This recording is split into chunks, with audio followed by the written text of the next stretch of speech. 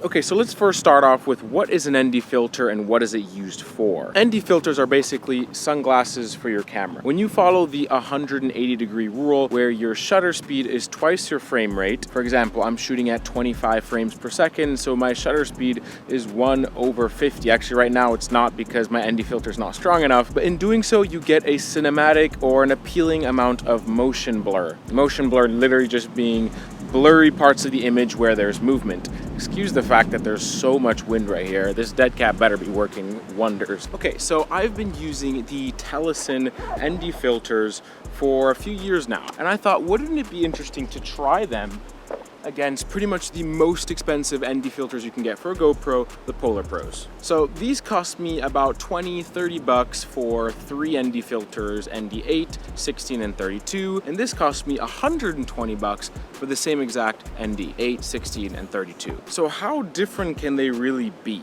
Now the first thing I noticed was the different packaging. Now the Telesin, it comes in this square cardboard box, which is a little bit difficult to open, and NDs are placed inside like so. I have 4 in here because I've ordered so many of these that I have extras, and I always keep 2 ND32s because those are the ones I use the most, because that is the ND you use most of the time during the day. But using the packaging would be something like this. Now in general, this is great. The NDs are quite well protected, and you don't really have to worry about them being scratched or anything like that. But the problem is, this is such a weird shape. Having a rectangular box is not always the easiest thing to store. And the first thing I noticed with the Polar Pros is that the box is very sleek and slim, so this fits super easily in my camera bag. Any sleeve pocket, it just goes right in. This is kind of annoying because it just bulges out, and sometimes I even feel it on my back when I put the backpack on. Now this might not sound like a lot, but it is kind of annoying to have this weird shape, because often when I fly FPV, I'll take this box of NDs with me in case I'm flying in an area where there's different lighting, and this in my pocket just feels really awkward. This super sleek,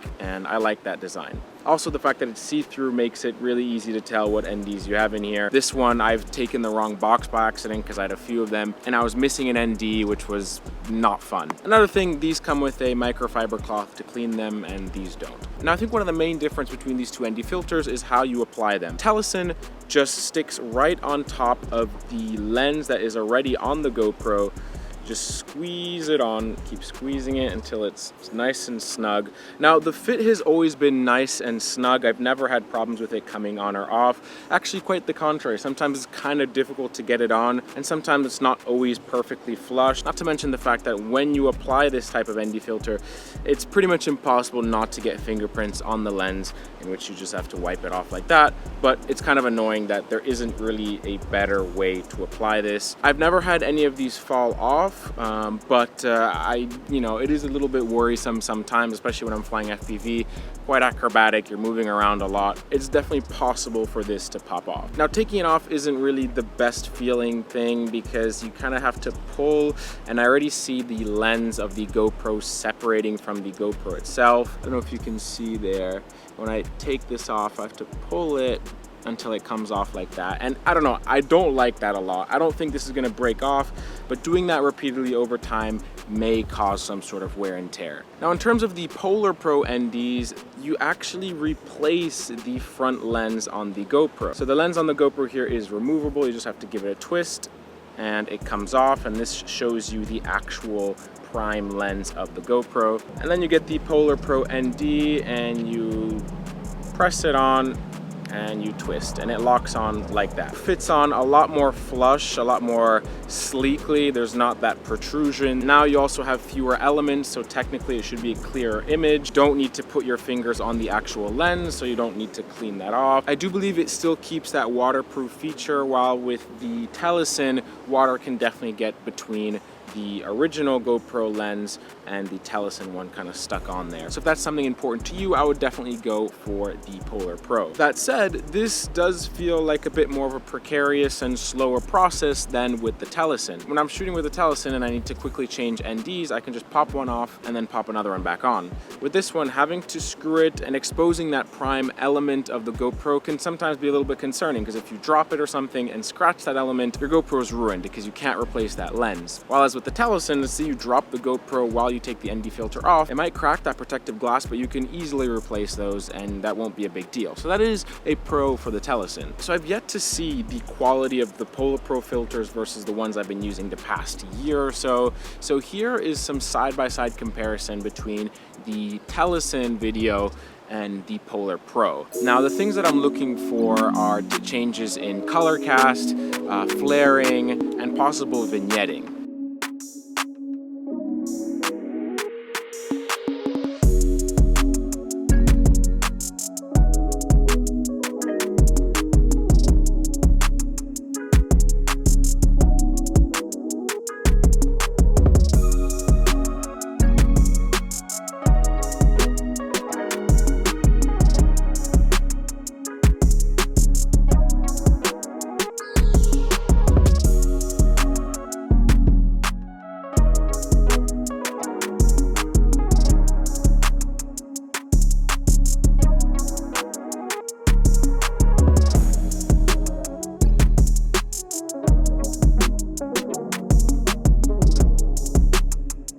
I do say that the Polar Pro filters just look sexier. This copper looking element on the GoPro looks sick, so in case that's important to you. So in conclusion, I think it really depends on the content you're shooting. Irrespective of the quality difference of these two ND filters, I think what matters the most is your budget. What are you using this for? I think professionals will appreciate the small details that go into the Polar Pro ND filter. Or for people who just need some ND for their GoPro, I think Telesin is actually a better option. You can break more of them and not worry about them. At the end of the day, the GoPro is an action camera, and if you're afraid to use it or if you're afraid to scratch it, then it's no longer an action camera. I've cracked so many Telesin ND filters in FPV, and I don't feel much financial pressure reordering one. With the Polar Pros, I would be a lot more nervous in terms of crashes, even small crashes, when it comes to protecting that front element. So thank you guys so much for watching. Hopefully this video was helpful for you. Again, I'll be linking in the description both filters if you want to check them out. Buying through those links does support the channel and it doesn't cost you any more. So if you're thinking about buying them, check them out down below. Thank you so much for watching. Chris here, and I'll see you guys in the next video.